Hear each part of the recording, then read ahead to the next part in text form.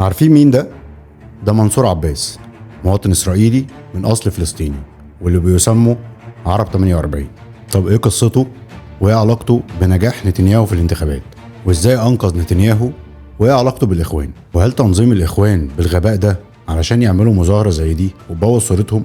وهل مظاهرة الإخوان في تل أبيب أمام السفارة المصرية كان غباء ولا بأوامر من نتنياهو؟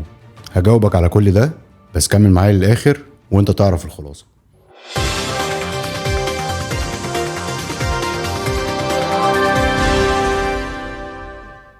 الحقيقة إن تنظيم الإخوان في إسرائيل خرج بأوامر من نتنياهو. طب إزاي؟ هقولك، بس خلينا نعرف قصة منصور عباس الأول وبعدين أقولك إزاي. منصور عباس زي ما قلت لكم هو مواطن إسرائيلي من أصل فلسطيني من عرب 48. وبالمناسبة عرب 48 هم الناس اللي رفضوا يتخلوا عن الأرض وصمموا على البقاء، ووقتها إسرائيل عرضت عليهم إما إنهم يستمروا بس بالجنسية الإسرائيلية أو يمشوا، وهم وافقوا يكملوا. وبعدها اتأسست حركات سياسية على مبادئ وأسس الإخوان المسلمين. ركز معايا كده، الحركة اتأسست فين؟ في إسرائيل. على أسس إيه؟ أسس جماعة الإخوان المسلمين. يعني يا عم إسلام، أنت عايز تقول لي إن إسرائيل هي اللي سمحت بتأسيس جماعة الإخوان المسلمين وعلى أراضيها المحتلة؟ هقول لك والله، تخيل بقى، وهقول لك ليه في آخر الفيديو. طب قادة الإخوان بقى بيعملوا إيه؟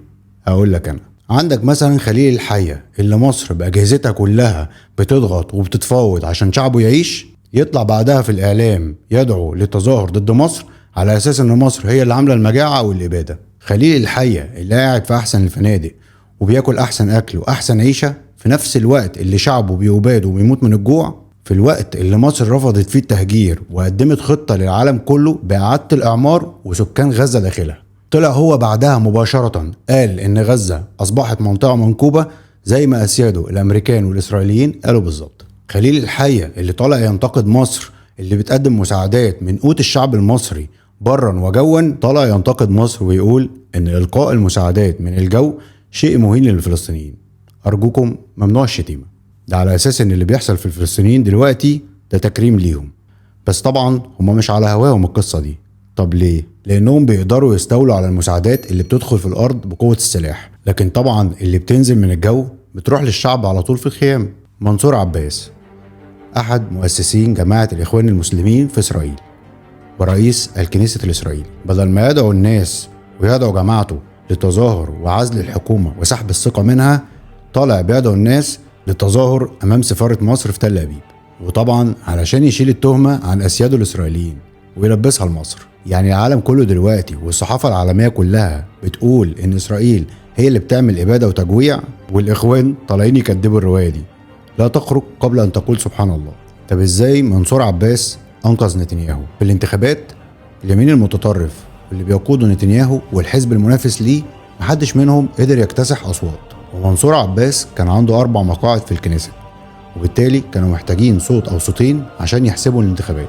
فمنصور عباس اختار نتنياهو وحزبه اللي هو اليمين المتطرف.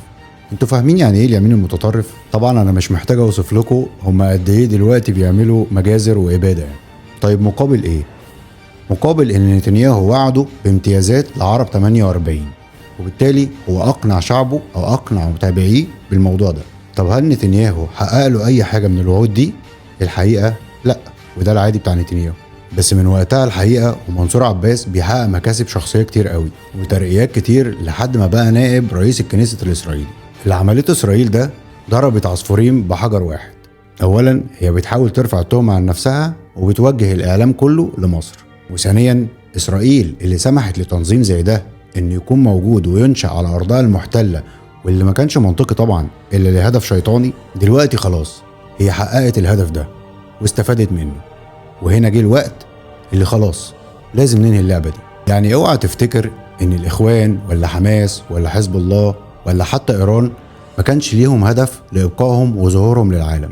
الهدف كان خلق فزاعة في الوطن العربي ويكونوا سبب وحجة لاسرائيل للهجوم على كل ارض بحجة الدفاع عن نفسها من الارهابيين المتوحشين. وبالتالي لما خلاص اتحقق الهدف ده تم ضرب الكل، وبالتالي خروج مظاهرة زي دي في تل أبيب والإخوان متصورين جنب الجنود الإسرائيليين وبالعلم الإسرائيلي والضحكة بالية وشوشهم، ده كان المسمار الأخير في نعش الإخوان. السؤال هنا بقى يا ترى انت لسه شايف مصر هي السبب في الحصار بعد كل اللي سمعته ده؟ يا رب انصر العرب وانصر فلسطين وتحيا مصر، والسلام عليكم.